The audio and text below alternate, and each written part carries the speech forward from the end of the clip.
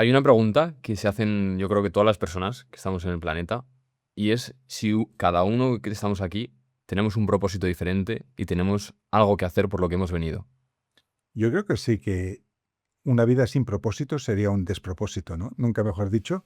Entonces, de hecho, en el libro Ikigai, que tantas veces me han entrevistado por eso, de lo que se trata es de saber cuál es tu misión o cuál es tu porqué en esta vida. Hay quien lo sabe de muy pequeño, pequeña, porque tienen la suerte, no sé, de haber nacido con ese propósito, con ese Ikigai, y quien lo descubre a mitad de la vida después de haberse equivocado el camino mil veces y de descubrir que eso no les llena y de repente algo sucede en su vida, por ejemplo, que empiezan a escribir y les gusta mucho, o abren un negocio, o empiezan un deporte y descubren que aquello es para lo que han nacido. Entonces, uno de los objetivos que tiene todo ser humano es saber para qué estás aquí, ¿no? Y eso sería el Ikigai, eso sería el propósito. Yo tardé bastante. Yo hasta los 27 no tenía ni idea de para qué estaba aquí. ¿Cómo fue ese proceso? Cuéntanos. Fue un proceso, a ver, yo era muy diferente de lo que puedo parecer ahora. Era un pésimo alumno, suspendía 4 o 5 asignaturas, sí, fíjate aquí, con el sombrero mexicano, ¿no? Suspendía 4 o 5 asignaturas cada trimestre. Era muy tímido, te diría que era tímido patológico. Por lo tanto, verme hoy en día dando conferencias delante de 2.000 personas, si me hubiera visto desde esa época, me habría parecido ciencia ficción. Y suspendía un montón. Sí que se me daba bien escribir, pero cateaba gimnasia, religión, de todo. Y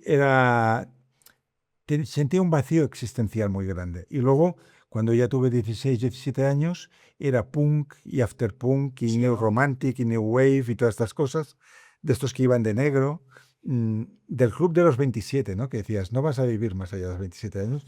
Y en algún momento algo hizo clic, empecé a estudiar filología alemana y creo que la primera vez que sentí que mi vida tenía un sentido fue con 27 años, o quizás un poquito antes, pero por esa época, enseñando a un grupo de obreros de la SEAT el idioma alemán, porque yo estudiaba filología alemana y vi que esas personas que creían que jamás iban a hablar el idioma, si yo le ponía ilusión, imaginación y lo hacía diferente, pues iban a romper esa barrera. Y entonces mi primer Ikigai fue como profesor de idiomas y para mí fue lo más importante del mundo durante 2 o 3 años, porque hay que pensar que cuando descubres un propósito, raramente es para siempre, porque tú cambias. Y cada vez que tú cambias, lo que es tu misión en la vida cambia también. Van en un pack, para entendernos. El sentido de la vida veo que muchas veces se orienta hacia que cada uno tiene uno diferente, pero viendo lo de antes, que todos queremos ayudar, todos queremos amar, ¿piensas que el sentido de la vida es mucho más común de lo que parece? Sí, hay algo común a todo el mundo. Mira, con todo el tema del Ikigai, que hemos dado igual 1000 entrevistas de Ikigai, talleres en la India sobre todo. Que por curiosidad, el término de Ikigai lo expandiste tú, Sí, Héctor, con el libro. sí, el nuestro fue el primer libro de Ikigai, se publicó hace 8 o 9 años. Ikigai significa propósito de vida, y luego salieron un montón de réplicas y casi plagios del libro por todas Qué partes. locura. Pero nuestro libro salió primero en español, al cabo de un mes tenía ya igual 8 o 10 traducciones. Al cabo de Y un mes. sí, fue muy rápido. Y al cabo de un par de años tenía 70 al final, tiene, Madre ¿no? mía. Y fue el libro de la semana con Oprah Winfrey. Entonces, con todo lo que hemos aprendido del Ikigai, igual hemos hablado con 3.000 personas que nos han comunicado su Ikigai cuál es, ¿no? Y son muy distintos. Pues para vosotros puede ser la comunicación, encontrar gente interesante que podéis compartir con el mundo. Para otra persona será la pintura, el diseño. Pero nos hemos dado cuenta que en todos los Ikigais al final lo que uno quiere es beneficiar al mundo, sea aliviando el dolor, aportando soluciones, enseñando. Entonces, no he conocido ningún Ikigai que sea solo para ti mismo. Entonces, al final, todos lo que queremos saber es dónde puedo aportar y cómo y de qué manera y dónde, ¿no? Y de hecho, a medida que te haces más mayor, incluso estás pensando en qué dejarás aquí cuando ya no estés, ¿no? Tu legado. Y ahí hay un autor que lo explica muy bien, que se llama Arthur Brooks, que tiene un libro sobre el propósito, muy diferente al nuestro, donde dice que la vida tiene dos mitades. La primera es para brillar y la segunda para iluminar a los que vienen detrás. Entonces, todo eso forma parte de ese propósito que va cambiando en la vida. Igual tienes una juventud en la cual tú eres un crack y inspiras a mucha gente, y tienes luego otra parte de la vida donde te viene como una pasión por enseñar y hacer grupos y dejar encapsulado aquello que tú has creado. ¿Crees que propósito siempre es trabajo? Parece que siempre tienes que Casi, trabajar muchas de eso. veces es trabajo, pero no siempre, ¿eh? Mira, el propósito puede ser algo relacionado con tu carrera, o sea, algo que te da dinero y algo que ocupa la mayor parte de tu tiempo, o puede ser como un oasis espiritual. Yo siempre cito que Kafka tenía dos propósitos. Tenía un propósito laboral en el cual era un abogado muy bueno de una compañía de seguros, luego volvía a su casa, dormía 3 horas de siesta, según sus diarios, y escribía hasta altas horas de la madrugada, y ese era otro. Entonces había una mitad de él que era abogado y otra mitad que era escritor, y los dos convivieron porque murió con 40 años. Si hubiera vivido más, seguramente la parte del escritor se habría comido la otra, porque empezó a ser muy reconocido pronto ya, pero no llegó a vivirlo, ¿no? Entonces, lo que sí nos pasa, y mira, hablando de vuestro, tengo un plan, que a veces tú tienes un plan A, ¿no? En tu vida, y dices, bueno, ya he descubierto para qué he venido, ¿no? Imaginaos que yo me hubiera quedado con lo de profesor de alemán. Y durante un tiempo, pues, trabajo en escuelas, en academias de azafatas, que no me gustó nada la experiencia porque te tomaban el pelo como querían. Y cuando llevas unos años dices, creo que no es esto, creo que me estoy ya erosionando, que me estoy oxidando. Y de repente un día alguien te pide que escribas un artículo para una revista o un cuento, y cuando lo escribes dices, me siento mucho más auténtico haciendo esto, me siento mucho más conectado con lo que es mi verdadero don. Alemán pueden enseñar muchos, pero quizás el texto que he escrito aquí nadie lo puede escribir como yo lo he hecho ahora, ¿no? Entonces, ¿qué sucede? Cuando tú estás en una situación A y quieres ir a una situación B,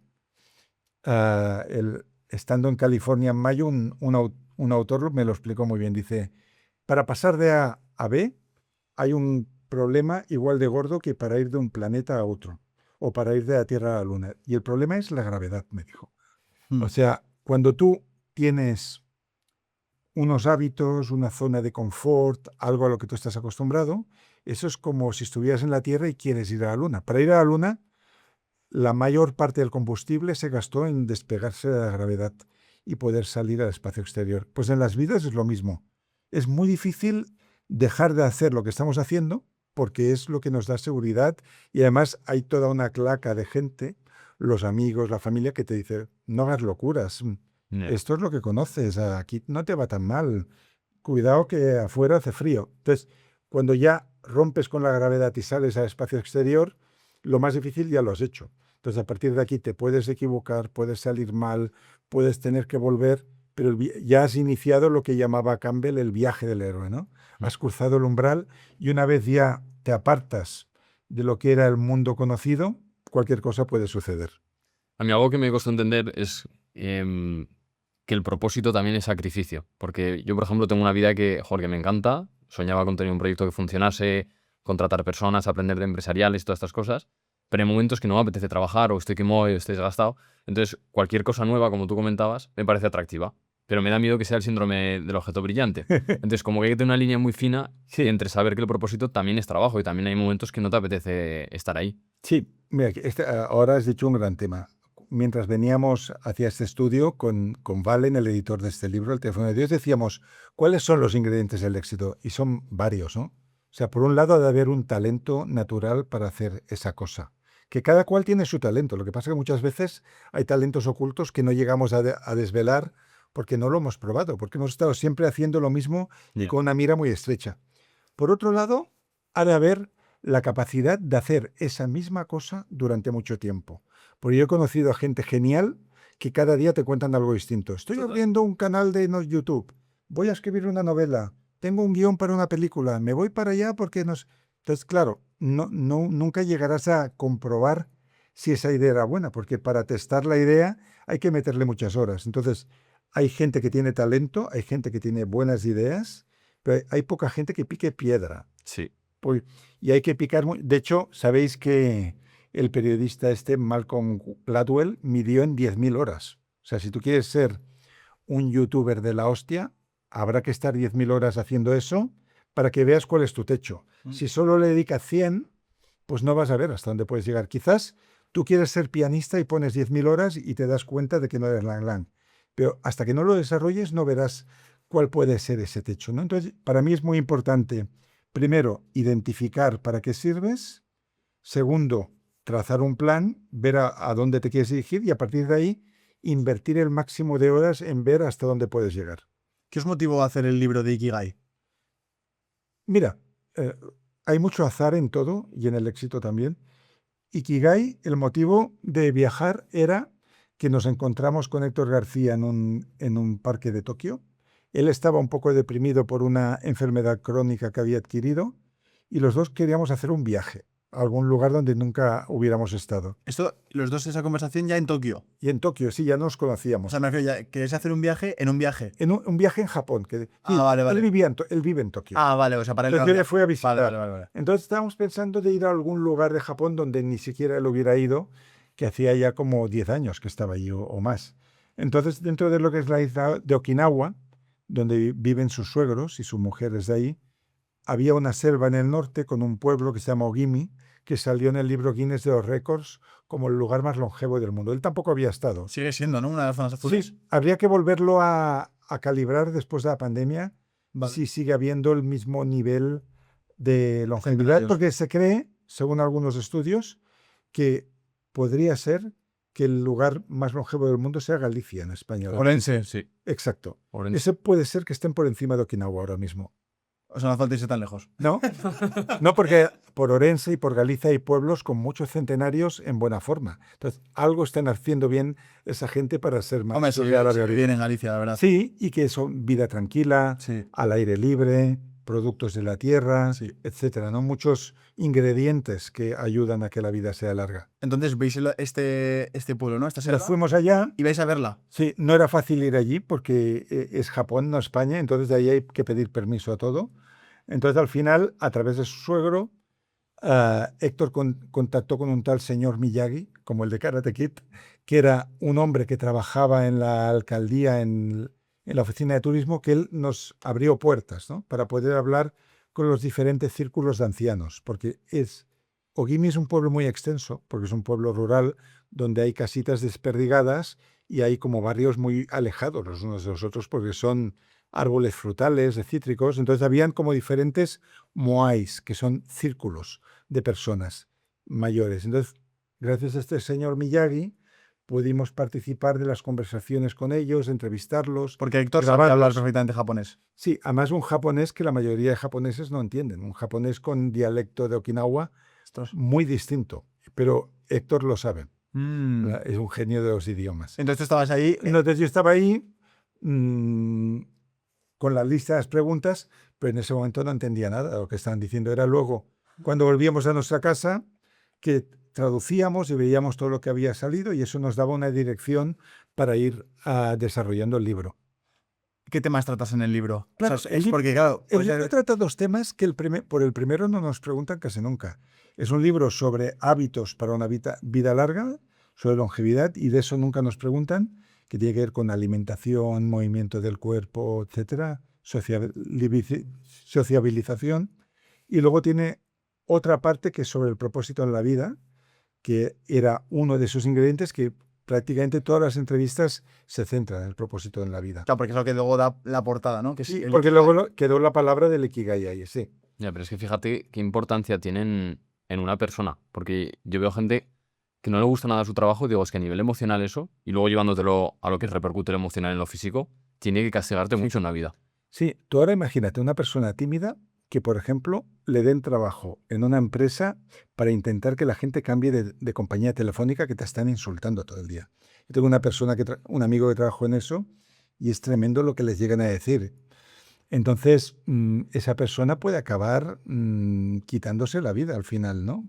Viendo el mundo como un lugar muy hostil. Sí. Entonces, por eso es tan importante, si quizás no has encontrado aún tu Ikigai, al menos hacer algo que esté alineado con tus valores. Si a ti no te gusta molestar, Qué bueno. pues no trabajes vendiendo cosas en las que tú no creas. Si es algo en lo que tú crees, no sé, que estás captando gente para una fundación, igual eso está bien, ¿no? Pero has de hacer algo en lo que tú creas y, de hecho, en estos estudios sociológicos que se hicieron en la pandemia, cuando hablábamos de la gran renuncia, vieron que la gente joven, de los millennials hacia adelante, todas las generaciones que han venido después, tienen una relación con el dinero y con lo que es la gratificación totalmente distinta que las otras. Por ejemplo, siempre pongo este ejemplo yo.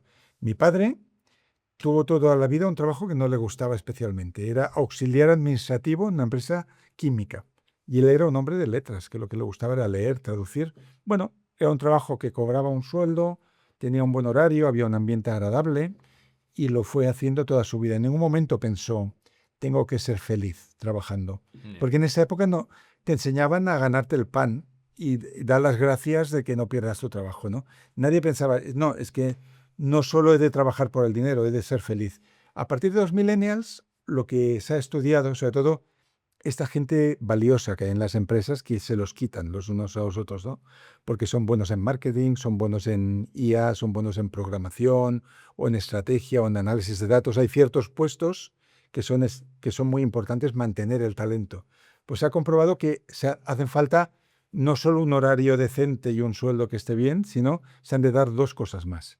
Que la persona sienta que crece en el puesto de trabajo, que cada día no es igual, sino que tú puedes improvisar, puedes crear, puedes generar ideas nuevas, que te dan formaciones complementarias, o que sea, hay un club de lectura y viene un autor y hoy estáis con él y mañana hacéis otra cosa y te dan formación. O sea, sentir que tú allí creces. Y punto número 2, sentir que estás aportando algo al mundo. O sea, el millennial y los que vienen después del millennial necesita sentir que esas horas que inviertes están mejorando la vida de los demás de alguna forma, ¿no?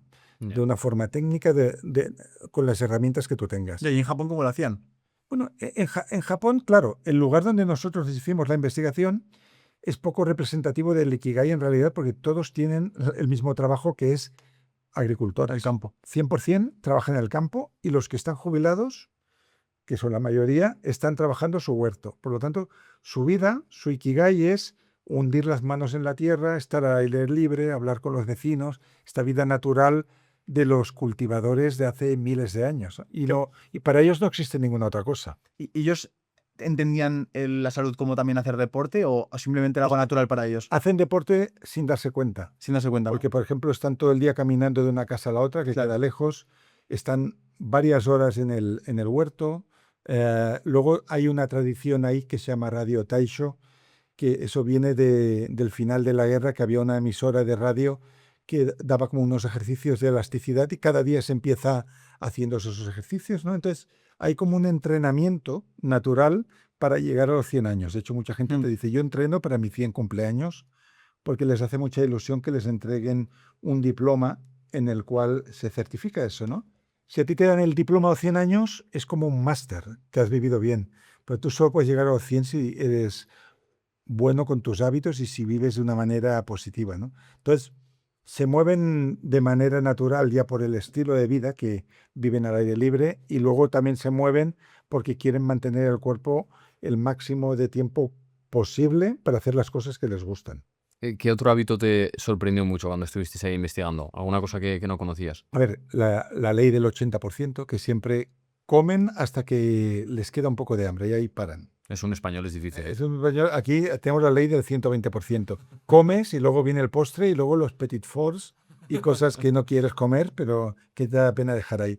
Ahí siempre se quedan con un poquito de hambre, y eso lo que hace es que el cuerpo funcione mucho mejor y que vayas mucho más ligero. ¿Meditaba esta gente?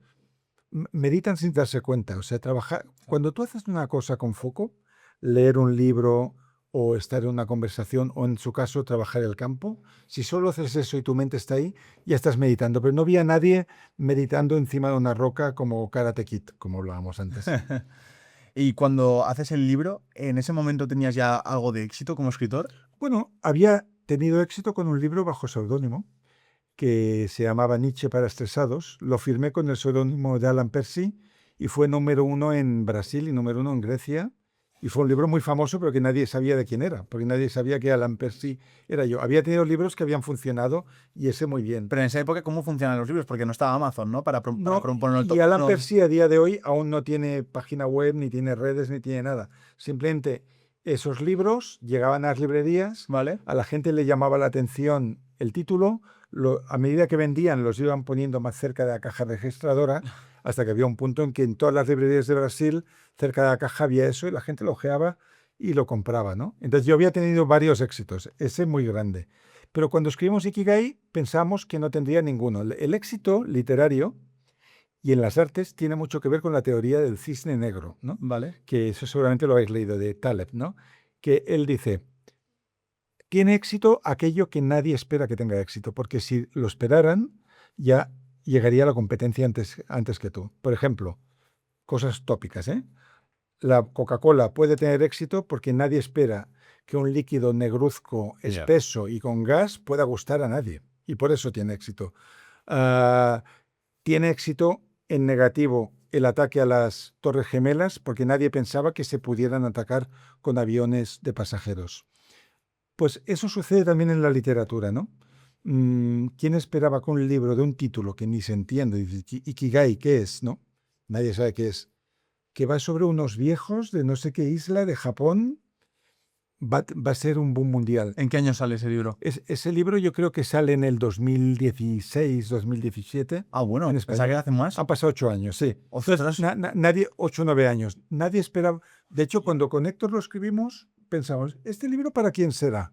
Y decíamos, bueno, será un libro de nicho para los frikis de Japón, los que tienen libros para escribir haikus y que tienen el libro del Zen y del Kintsugi, no sé qué, pues también querrán este para ver cómo vive el centenario. Y la sorpresa fue que el libro salió y pareció, ahí descubrimos que todo el mundo lo estaba esperando, pero nosotros no lo O sabíamos. sea, ¿lo lanzáis? Es que a mí me encantan estas cosas porque son como las típicas historias de No, películas. además que se hizo cero promoción. Hoy veníamos hablando con Valen, mi editor, de cómo se hacen las promociones. Hay cosas que funcionan con cero promoción. O sea, la editorial, que hizo un muy buen diseño, corrigió muy bien el libro, mimó muchas cosas, no se hizo una campaña de decir, vamos a poner dinero Claro. en las redes, vamos a poner dinero en cartel. Cero. Fue por boca a oreja, la gente le gustaba, se lo compartían, se lo regalaban, pim, pim, pim, pim.